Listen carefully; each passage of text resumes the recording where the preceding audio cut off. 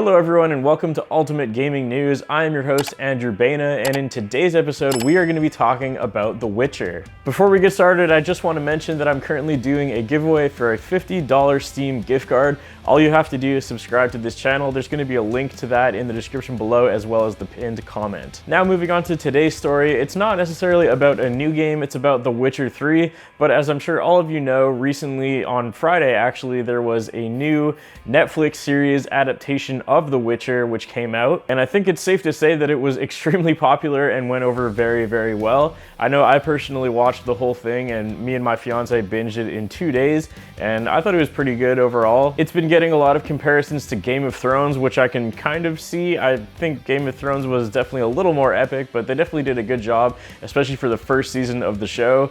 Judging by the end of the show, without giving away any spoilers, it's very clear that they want to make more seasons, so if this is any indication, it looks like we're going to see more of that. But we're not really here to talk about Netflix's new show. We are here to talk about The Witcher 3 and the impact that Netflix's show had on the game. So it appears that over the weekend since the launch of the show, there has been a huge surge of players to The Witcher 3 on Steam. As a matter of fact, it would appear that there are currently, or there have been at some point in time over the weekend, the same amount of players on The Witcher 3 as Red Dead Redemption 2, which is honestly crazy because Red Dead Redemption 2 only recently launched for PC, whereas The Witcher 3 has been out on PC for quite some time, so it's very clear that the Netflix show had a huge impact on the players of the game. It appears that at its peak over the weekend, there was up to 50,000 players of The Witcher 3, which is quite a high number, especially considering that there are no online capabilities of this game. So that was 50,000 people wandering the worlds of a 5-year-old game on PC,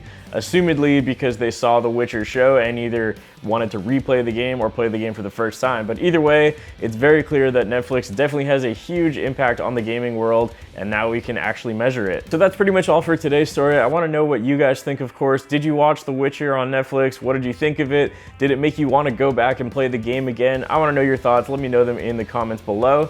That's going to be all for today's video. I want to give a big thank you to everyone who watched this channel and those of you that have subscribed so far. This channel is still in its infancy and it will only continue to grow, so your early support is much appreciated, as I almost dropped my phone. Thank you guys so much for watching. I look forward to reading your comments, and I'll see you next time.